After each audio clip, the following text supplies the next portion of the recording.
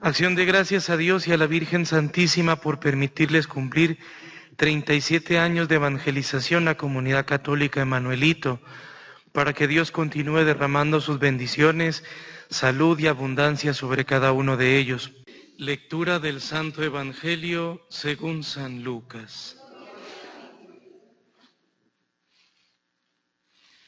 En aquel tiempo Jesús iba enseñando por ciudades y pueblos mientras se encaminaba a Jerusalén.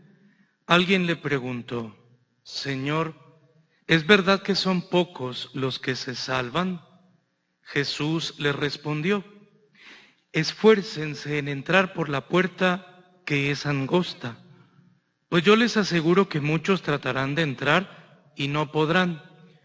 Cuando el dueño de la casa se levante de la mesa y cierre la puerta, ustedes se quedarán afuera y se pondrán a tocar la puerta diciendo: Señor, ábrenos. Pero él les responderá: no sé quiénes son ustedes. Entonces le dirán con insistencia: hemos comido y bebido contigo, y tú has enseñado en nuestras plazas. Pero él replicará: yo les aseguro que no sé quiénes son ustedes. Apártense de mí, todos los que hacen el mal.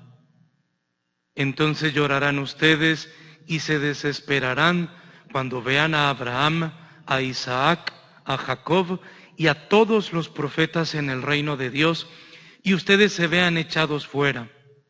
Vendrán muchos del oriente y del poniente, del norte y del sur, y participarán en el banquete del reino de Dios. Pues los que ahora son los últimos serán los primeros, y los que ahora son los primeros serán los últimos. Palabra del Señor.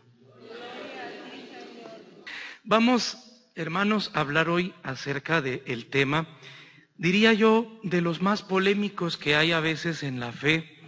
Y a propósito de la primera lectura que hemos estado teniendo continuamente, la lectura de la carta a los Romanos que escribió Pablo, hoy precisamente habla de una palabrita que, si no la logramos entender bien, pues surgen interpretaciones y posturas un poco atrevidas y arriesgadas. Quisiera detenerme justamente en esto de la predestinación. Cuando nosotros hablamos que alguien está predestinado, muchas veces pensamos algo así como en aquel juguetito o aquellos muñequitos que ya vienen con una función específica. Y antes, hoy ya no sé cómo sean los juguetes, pero uno le daba cuerda y como que caminaban y eso hacían, pues estaban destinados para eso. Y aunque todavía no le hubieran dado cuerda, ese era su destino y esa es su función. Y creemos que cuando en la fe hablamos también de predestinación, estamos hablando de algo que anula nuestra libertad. Es que Dios así lo quiso, es que es su voluntad, es que es su plan, es su proyecto y las cosas pasan porque Dios quiere. Y yo tanto insisto que la gente hasta se ha inventado un versículo en la Biblia que no existe. Padre, es que como dice la Escritura, la hoja de un árbol no se mueve sin la voluntad de Dios. ¿En dónde está eso? ¿Dónde dice? Eso es solamente el resultado de nuestras justificaciones para echarle a Dios la culpa de todo, pero no es así. Cuando Pablo habla de predestinación, lo primero que tenemos que hacer nosotros es empezar a hablar de salvación. Y para hablar de salvación, al menos en Pablo, que es lo que quiero yo hoy compartirles, pues es necesario hablar del amor de Dios. Nosotros hemos sido salvados, o como dicen otros, somos salvos gracias al amor de Dios. Y el amor de Dios es una decisión unilateral, es decir, es iniciativa de Él depende y de nadie más. Nosotros no hicimos nada para conseguir su amor. Él, porque así lo ha querido desde siempre y para siempre, a todos ustedes, a mí, a los que ya pasaron por este mundo e incluso los que vendrán, tienen ya el amor de Dios, porque es su decisión. Y por lo tanto, a esto se refiere también el profeta cuando dice, con amor eterno te he amado, porque incluso antes de que tú existieras, yo te había pensado, yo te he amado, y en ese amor mi proyecto es este, que tú te salves.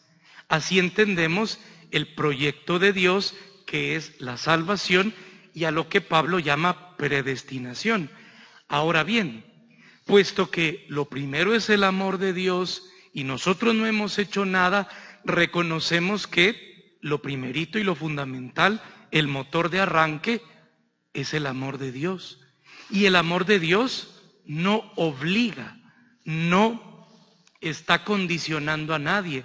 Por lo tanto, vamos a decir que la predestinación de la que habla Pablo no tiene nada que ver con algo que corte tu libertad o tu voluntad, como ese muñequito que ya viene destinado a eso, que eso tiene que hacer y esa es su función. Así no funciona la cosa. En el caso del amor de Dios, Él te lo ofrece, te lo da y espera que tú le respondas libremente. Pero si tú no quieres responderle, ¿qué puede hacer Dios? No te va a obligar. Pero aquellos que sí reciben ese amor de Dios, aquellos que se ponen en esta dinámica de sentirse amados y que les afecta todo el proyecto de Dios porque reconocen que su amor mueve todo, entonces llegan a la salvación. Y de esto se trata la predestinación, saber que desde antes que tú nacieras, Dios te tenía pensado y tiene un objetivo para ti. Pero Dios no te va a obligar. Dios no es como el titiritero que mueve todas las pitas para que todo suceda. Dios te ha dado a ti razón, voluntad y entendimiento para que tú seas el que acepte o no su amor y su salvación. Y de esto también trata el Evangelio que hemos escuchado hoy, que ya por acercarse el final del año litúrgico, pues en el caso de San Lucas empieza a presentar algunas figuras sobre el final de la vida, el final de los tiempos y el destino que todos tenemos, esa predestinación, el amor de Dios que hace que nos conduzcamos hacia Él, hacia su reino, y que evidentemente pues no es cosa fácil, no porque Dios la ponga difícil, sino porque nuestra fragilidad humana, a veces lastimada, sí, por el pecado y por nuestras malas decisiones, pues hace que la puerta se vuelva un tanto estrecha y nos cueste a veces, como lo hemos meditado en otras ocasiones, y diría algún compositor guatemalteco, tú te quedas en un conflicto interno cuando descubres que estás en medio del que hasta ahora tú has sido y lo que Dios quiere para ti. En otras palabras más concretas, estoy en medio del que soy y del que tú quisieras, le dice uno a Dios.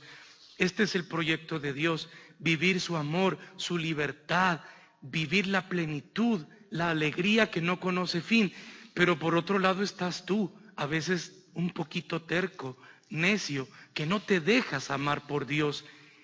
Y entonces genera un conflicto, porque a veces nos gusta vivir de esta manera, medio rebelde, medio lejos de Dios, haciendo lo que nos da la gana y dándole la espalda a Dios. Pero llega un momento en el que te das cuenta y llega la conversión. Y ese es el fuego del que ha hablado Jesús en otras ocasiones. Esa es la guerra que ha venido a traer. Esa es la división que genera. Pero al final, como algunos filósofos han dicho, de esta tesis y una antítesis surge la síntesis. Y es decir, de algo negativo y positivo surge la conclusión. Y esperamos en Dios que en este sentido pues logremos dar respuesta a esta pregunta de este personaje que no tiene nombre y llega con Jesús. ¿Son pocos los que se salvan?